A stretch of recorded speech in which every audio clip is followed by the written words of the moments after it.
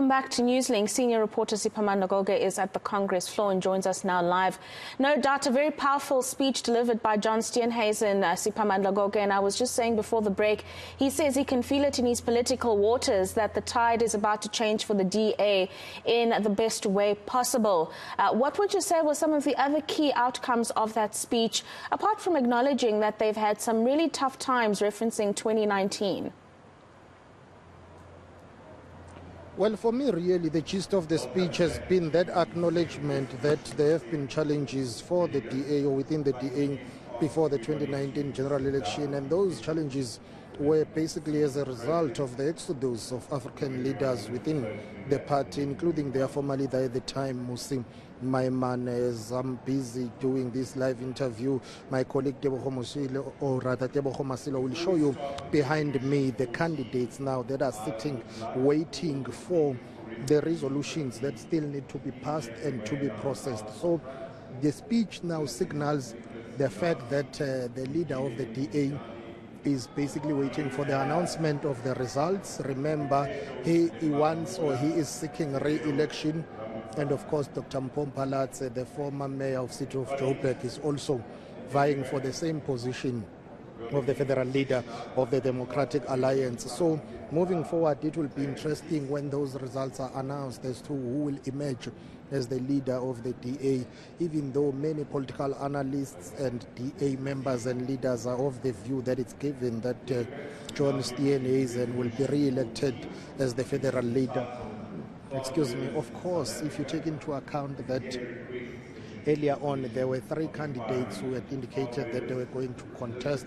It was John Steenhuisen, Mpho Phalatse, and Lungile Penyane, who raised eyebrows because many people were not aware of her, but she withdrew. So it's been a two-horse race. Voting is done and dusted. According to the projections, the indications were that by 2 o'clock, the results will be announced. But we've just received media alert that there will be an earlier announcement that between 1:30 and 2 o'clock, that's when we expect that announcement to be made about who is elected the federal leader of the Democratic Alliance. And the gist of the speech by John Steenhuisen has been about growing the DA, looking forward to 2024, the general elections. They're saying they would want to see the ANC dipping below 50%, and is of the view that next year, no matter what happens, no party will get a clear majority and a mandate from the electorate. Hence, the issue of coalitions will come into play. Which parties will be working with which parties? In this case, according to John Steenhuisen, is of the view that you will have a coalition led by the ANC, or you will have a coalition led by the Democratic Alliance. But he says they will not compromise on key values and principles. They will work with political parties that share similar values and principles with the Democratic Alliance. And that has been the gist of the speech. He has urged delegates here just to not listen to the noise and the criticism about the Democratic Alliance, saying, you know, that there will be noise that will be made by some people who are critics of the Democratic Alliance.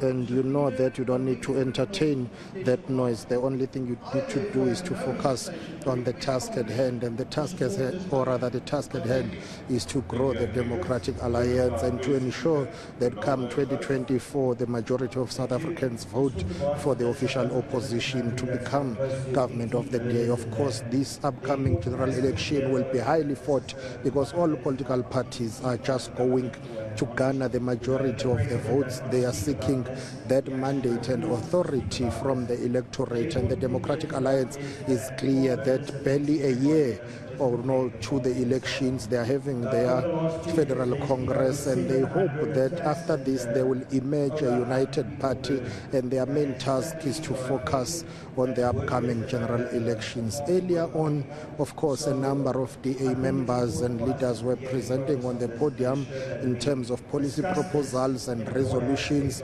issues of the economy, issues of education, issues of health, issues of energy, as well as the environment, climate change taking center stage when Natasha Mazone was presenting her presentation on that policy proposal, and front was how climate change has become a national security threat, in a sense that, severe flooding in the country, droughts, all of those weather patterns which form part of climate change have been wreaking havoc across South Africa, saying that needs to be incorporated into the country's security plan, because clearly this is a security risk to the country, urging delegates to say they need to take the issue of climate change very serious, and that this conference needs to resolve on making that point, that climate change and all its consequences, they need to be factored in as part of the security plan of the country, and find a proper strategy